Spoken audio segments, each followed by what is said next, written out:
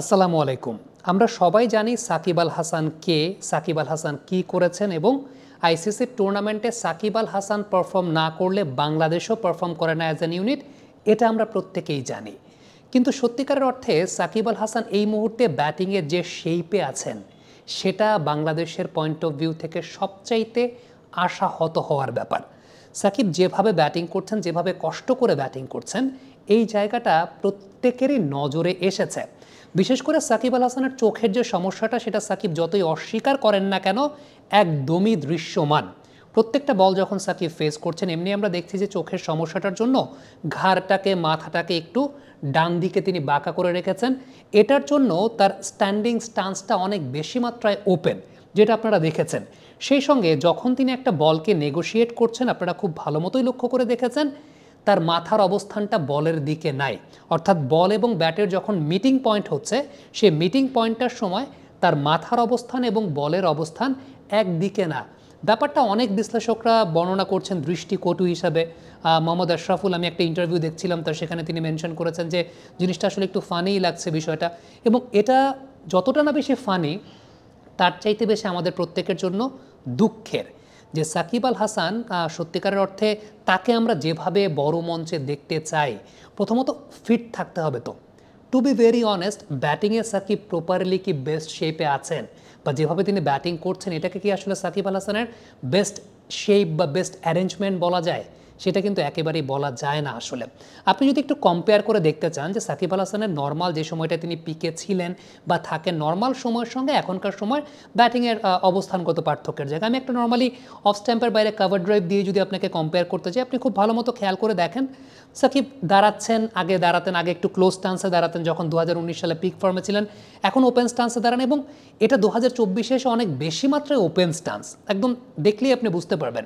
দ্বিতীয়ত মাথার অবস্থানটা খেয়াল করে দেখেন, আমরা যদি একটু বল তার কাছে আসছে ওই পজিশন ওয়াইজ একটু কম্পেয়ার করে দেখি, খেয়াল করে দেখবেন বল যখন ব্যাটের কাছাকাছি মিটিং পয়েন্টে আসছে, যখন Shakib very much fit enough বা চোখের এই প্রবলেমটা নাই, বলের দিকে তার মাথার অবস্থান, তিনি বলের he is getting on top of the ball, যেটা সাকিবকে আমরা চিনি।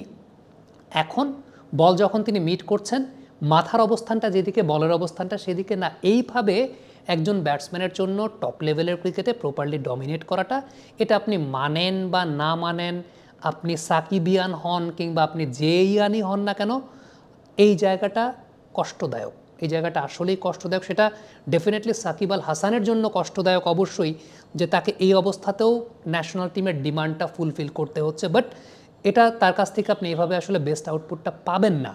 ডেফিনেটলি সাকিব আল হাসান ইজ সাকিব আল হাসান, তিনি হয়তো বা সামহাও এটাকে ম্যানেজ করে ফেলবেন, কিন্তু এটা তার কাছ থেকে বেস্ট আউটপুট পাওয়া যাবে না। আরেকটা বিষয় খেয়াল করে দেখবেন, তা হচ্ছে ব্যাটের অবস্থানটা, ব্যাকলিফটটা খেয়াল করে দেখেন।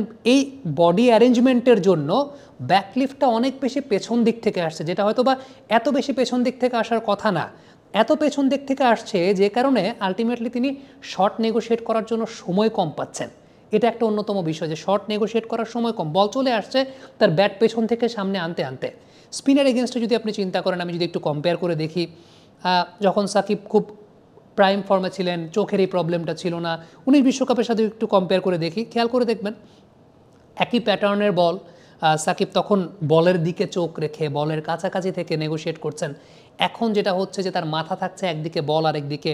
So these are the areas যেটা সত্যিকার অর্থে আমাদেরকে কষ্ট দিয়েছে। আপনি ইন্ডিয়ার এগেনস্টে সাকিব যে সমস্ত বল মিস করেছেন, রান নিতে পারেননি, স্ট্রাগল করেছেন, স্পিন হোক পেস হোক, আপনি একটু খেয়াল করে দেখেন যে বল ব্যাটার যখন মিটিং পয়েন্ট থাকছে, সে সময় তার মাথার অবস্থানটা কোথায়, সে সময় বলের দিকে তার মাথার অবস্থানটা কিনা। ক্রিকেটে তো আমরা একটা কথা বলি যে ফুটওয়ার্ক, ঠিক আছে, ফুটওয়ার্ক যদি নাও থাকে, নাওয়াডেজ একটা কথা সবচেয়ে বেশি উচ্চারিত হয়, তা হচ্ছে হ্যান্ড আই কোঅর্ডিনেশন।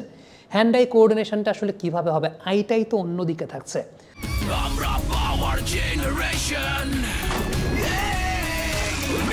শক্তি চুমুকে অ্যাকশন, পাওয়ার চুমুকে অ্যাকশন। সো এই সিনারিওটা দেখতে অ্যাজ আ ক্রিকেট অ্যানালিস্ট আমার জন্য কষ্টদায়ক, ক্রিকেট ফ্যান হিসেবে আপনার জন্য কষ্টদায়ক হবে। আপনি একটা বিষয় চিন্তা করেন, অফ স্ট্যাম্পের বাইরের বল বা অ্যাওয়ে গোয়িং বলগুলোতেই তো এই ধরনের অ্যারেঞ্জমেন্টে সাকিবের প্রবলেম হওয়ার কথা। পরিসংখ্যান দিয়ে যদি বলি, 2024 সালে সাকিব আল হাসানের right arm off break bowler, যেটা তার জন্য টার্ন করে বেরিয়ে যায়, অফ ব্রেক বোলারের এগেনস্টে তার স্ট্রাইক রেটটা যদি বলি 75-এর মতো, যেটা 2023 সালেও তার স্ট্রাইক রেট ছিল 137 অফ ব্রেক বোলারের এগেনস্টে, 2022 সালে 120, 2021 সালে 121।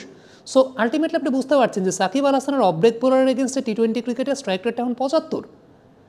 হেল্পলেস, পুরোপুরি হেল্পলেস এই জায়গাটা এখন আপনি। আমি জানি না এই সেট আপে সাকিব কতটুকু বেস্ট এফোর্টটা দিতে পারবেন।